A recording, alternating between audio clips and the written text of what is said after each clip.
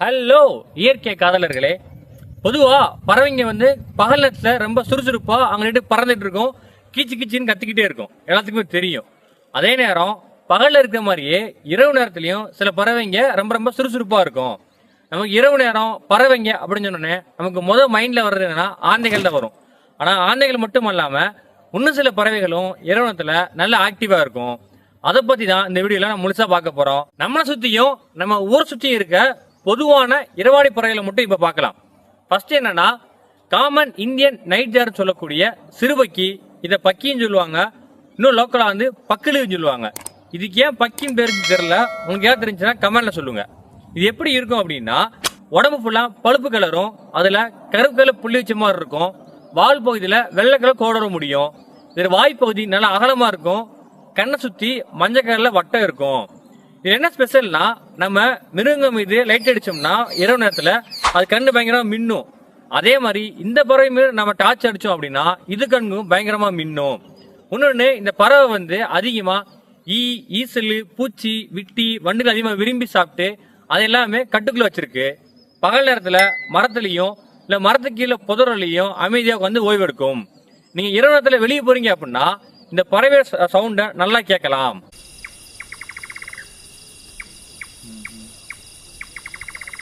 ரெண்டாவது இரவாடி பறவை என்னன்னா பிளாக் கிரவுண்ட் நைட் ஹெரான் சொல்லக்கூடிய ராகுக்கு, அப்படி இல்லைன்னா வக்கா அப்படின்னு சொல்லுவாங்க.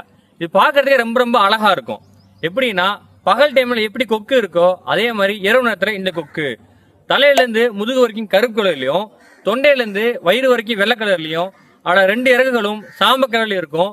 ஒரு அழகு கருப்பு கலர்ல இருக்கும், கண்ணு ரெட் கலர்ல இருக்கும். இது பகல இருக்க கொக்கு என்னெல்லாம் பண்ணுதோ அதுதான் இதுவும் பண்ணும். மீன்கள், தவளைகள், சில பூச்சிகளை அதிகமாக விரும்பி சாப்பிட்டு அது எல்லாத்தையுமே கட்டுக்குள்ள வச்சிருக்கோம். பகல் நேரத்துல மர உச்சியில போய் உட்காந்து ஓய்வெடுத்து இரவு நேரத்துல இது ரொம்ப சுறுசுறுப்பா இருக்கும். எங்க அதிகம் பார்க்கலாம் அப்படின்னா இது கொக்கு தான். அப்பயே உங்களுக்கு தெரிஞ்சிருக்கும், கம்பா, ஏரி, குளம் இங்க ஃபுல்லாமே அதுவும் இரவு நேரத்துல இது அதிகமா பார்க்கலாம். மூணாவது இரவாடி பறவை என்னன்னா திக்னின்னு சொல்லக்கூடிய பெருங்கண்ணி.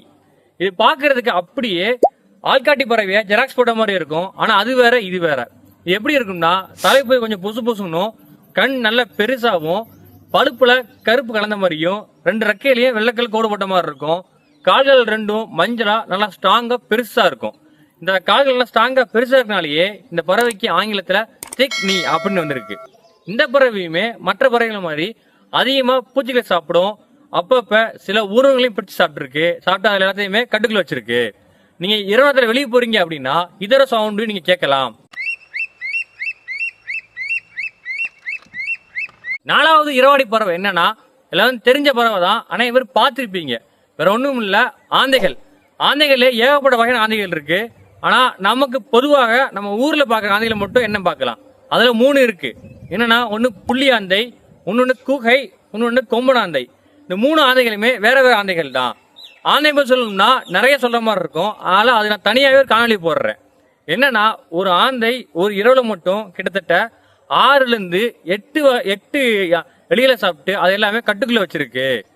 ஒன்னொன்னு என்னன்னா, இரவுல சுறுசுறுப்பா இயங்குற பறவைகள் எல்லாருக்குமே கண்கள் நல்லா பெருசா இருக்கும். ஏன்னா அப்பதான் அதனால தன் உணவுகளையும் பிடிக்க முடியும், தன்னை பிடிக்க வர்ற எதிரிட்டு தன்னை பாதுகாக்க முடியும். அது இப்ப பகல்ல மட்டும்தான் பறவைகள் இருக்கும், விலங்குகள் இருக்கும், இரவு தூங்கிடும் அப்படின்னு எதுவும் கிடையாது. பகல்ல எப்படி ஒரு உலகம் இயங்குதோ அதே மாதிரி இரவுலையும் ஒரு உலகம் இயங்கிக் கொண்டேதான் இருக்கும். இயற்கையை நீங்கள் பாதுகாத்தால் இயற்கை உங்களை பாதுகாக்கும். அதனால் இயற்கையை காதலிப்போம்.